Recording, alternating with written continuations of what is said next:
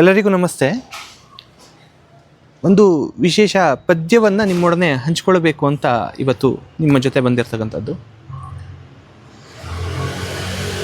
ಮೊದಲೆಲ್ಲ ದೇವರನ್ನ ಹೇಗೆ ನೆನೀತಾ ಇದ್ರು ಅಂತ ಕೇಳಿದರೆ, ಐದು ಮುಖ ಈರೈದು ಭುಜದ ಸರ್ವಜ್ಞನಂ ಏಯ್ದೆ ಗಜ ಚರ್ಮಮಂ ಪೊದೆದಿರ್ದ ತಜ್ಞನಂ ಪುಲಿದವಲ ನುಟ್ಟ ಪುಣ್ಯ ಪ್ರಖರ ಸೇವ್ಯನಂ ನಲಿದು ಢಮರುಗ ತ್ರಿಶಿಲ ಬಿಡಿದಿರ್ದ ಭವ್ಯನಂ ಹರಿಬಮ್ಮರಾದ್ಯಂತ ವರಿಯದಿಹ ಜ್ಯೋತಿಯಂ ಶರಣರೊಡನೊಡನೆ ಬರುತಿರ್ಪ ವಿಖ್ಯಾತಿಯಂ ಉಪಮನ್ಯುವಿಂಗೆ ಪಾಲ್ಗಡಲ ನಿತ್ತ ಅಭವನಂ ತಪನ ಶತಕೋಟಿ ಗಣ ಪ್ರಭಾ ವಿಭವನಂ ಅರಿಯವ್ವ ಬೊಮ್ಮಾಂಡಮಂ ಹೆತ್ತ ತಂದೆಯಂ ಅರಿಯವ್ವ ಮನ್ನೋರಥ ಬೀವ ತಂದೆಯಂ ಅಂತ ನೆನೀತಾ ಇದ್ರು ಅಂತ.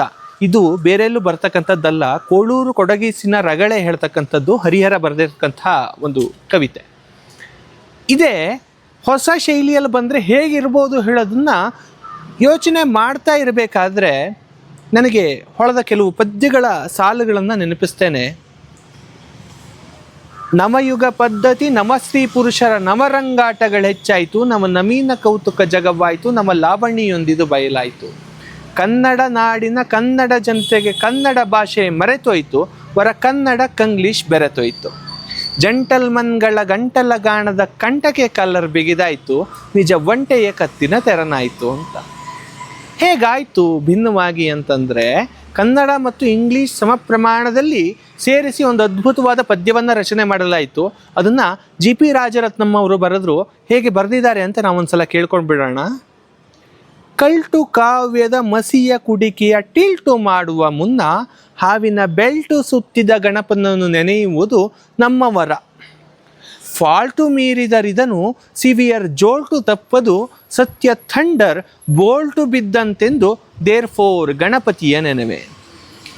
ಕಂಟಕಕ್ಕೆ ಕಡು ಡೈನಮೇಟು TNT ರೋಗೆಲಿ ಫೆಂಟು ಹೆಡ್ಡಿನ ರ್ಯಾಟ್ ರೈಡರ್ ರೋ ಬೆನಕ ಅಂತ ನೆನೆದ್ರು ಅಂತ. ಹೇಗಿರ್ಬೋದು ಅರ್ಥ ಮಾಡ್ಕೊಳ್ಳಿ.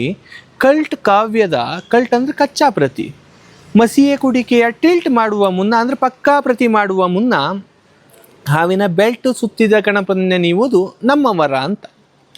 ಫಾಲ್ಟು ಮೀರಿದರಿದನು, ಇದನ್ನು ಮೀರಿದರೆ ದೊಡ್ಡ ಫಾಲ್ಟು.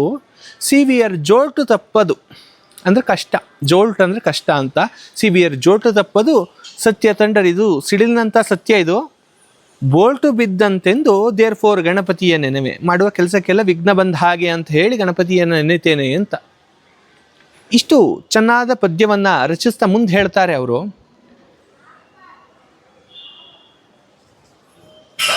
ಕಂಟಕಕ್ಕೆ ಕಡು ಡೈನಮೇಟು TNT ರೋಗಿಲಿ ಫೆಂಟು ಹೆಡ್ಡಿನ ರ್ಯಾಟ್ ರೈಡರ್ ಒಬ್ಬೆನಕ ಅಂತ.